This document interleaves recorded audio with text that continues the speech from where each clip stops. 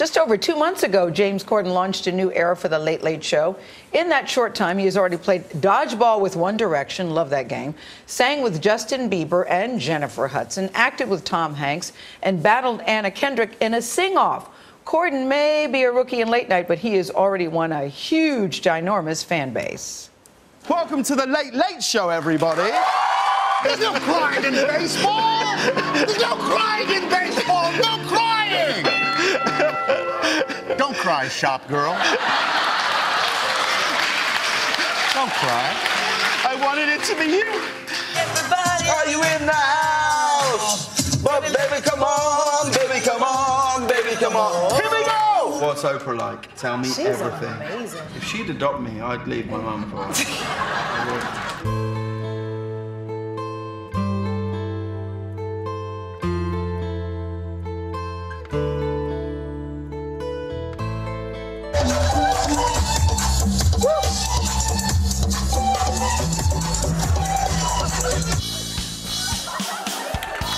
The Beatles were nothing till they won at dodgeball.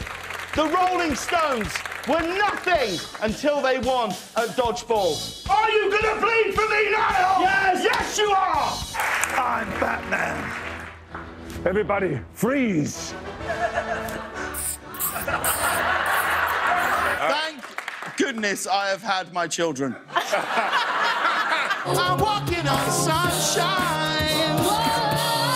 I'm walking on sunshine. And don't it feel good?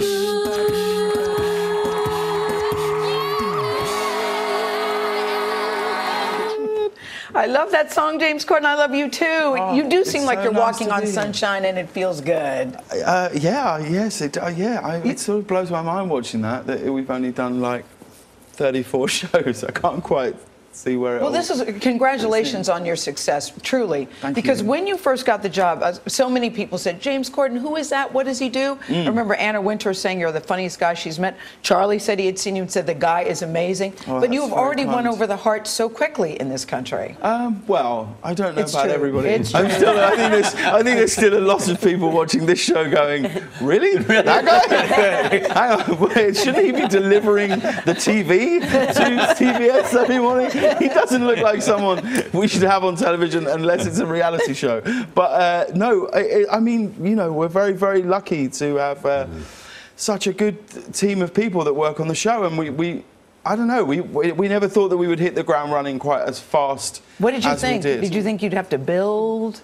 Well, yeah, because I mean, historically, these shows only get better with time. Like, you know, is the truth. Well, Yes. well, no, I mean, if you go back and you watch other talk shows that have launched, you know, there's an element of bedding in and needing to find one's feet, and I don't know. So in one sense, that makes me very excited to see where we are in a year's time. You know. So you had reservations about doing it?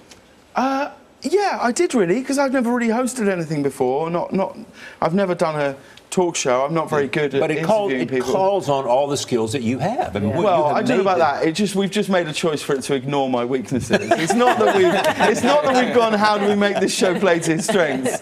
We've said, how do we ignore my weaknesses? But So you get the call. You get the call being and the they say stand-up what? part of it. Yeah. Sorry? Being the stand-up part of it. Well, I'm not a stand-up comedian. I've never really done anything like that. I don't really know what I do. I essentially just be a bit of an idiot for an hour at night before people fall asleep, or whilst they fall asleep. I beg to differ. But you came here with a big resume. Maybe you should be delivering the TVs. I kind of think, I'm well, at some kidding. point I will be. I sort of every day just think when I'm behind the curtain that someone's just going to tap me on the shoulder and go, so we've made a huge mistake.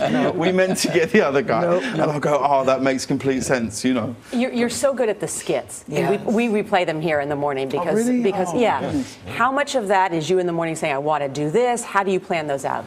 Well, mostly we just, I think these shows, these late night shows, from what I can work out, and I know pretty much nothing about it, is that they're about efforts. They come down to effort, and you know better than anybody that making a show every day, that it just consumes content all the time, and you're just trying to find content, and so mostly we just go, what's the most fun thing that our audience could find tonight? What's the most fun thing we could do, and that's it really. And one of the most fun things was your car ride with Justin Bieber, which I know has been viewed online more than 20 million times. Let's play part of it. Oh, great.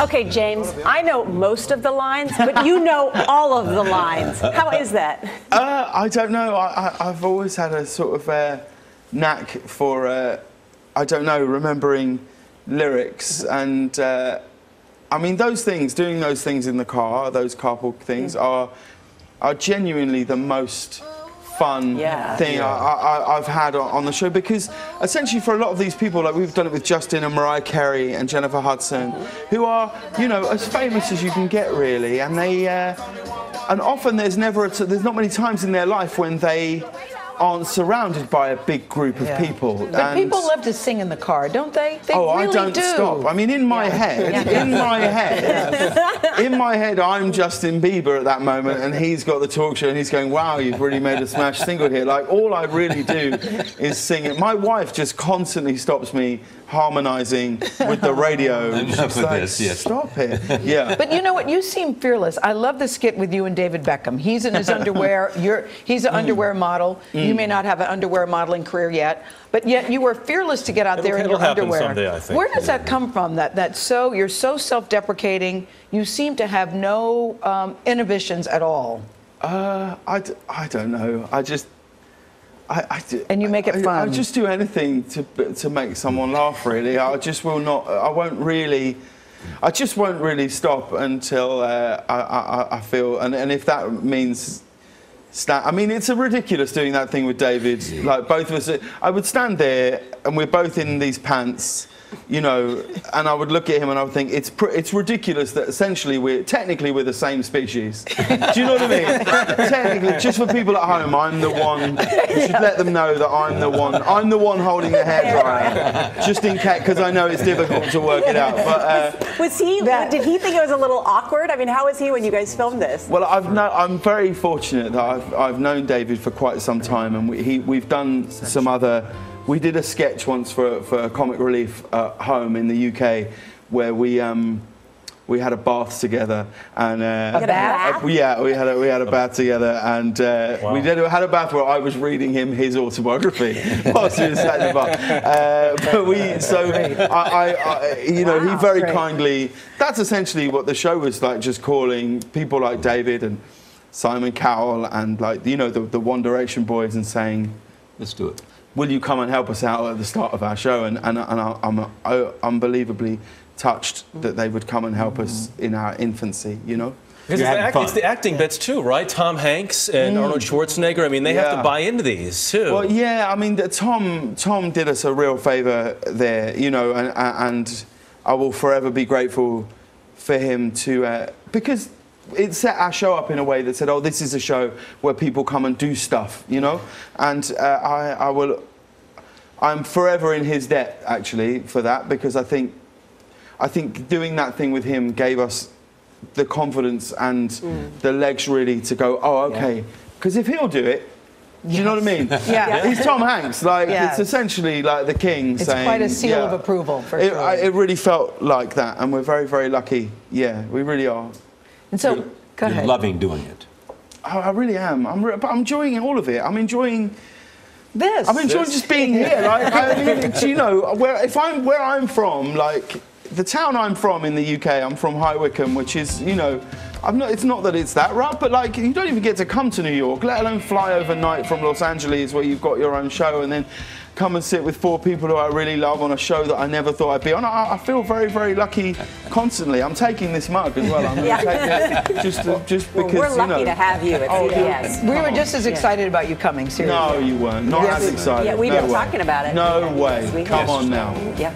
James Corden, congratulations, continued success. Thank you so much for having me. And you can catch the Late Late Show with James Corden weeknights at 12:35, 11:35 Central, right here on CBS.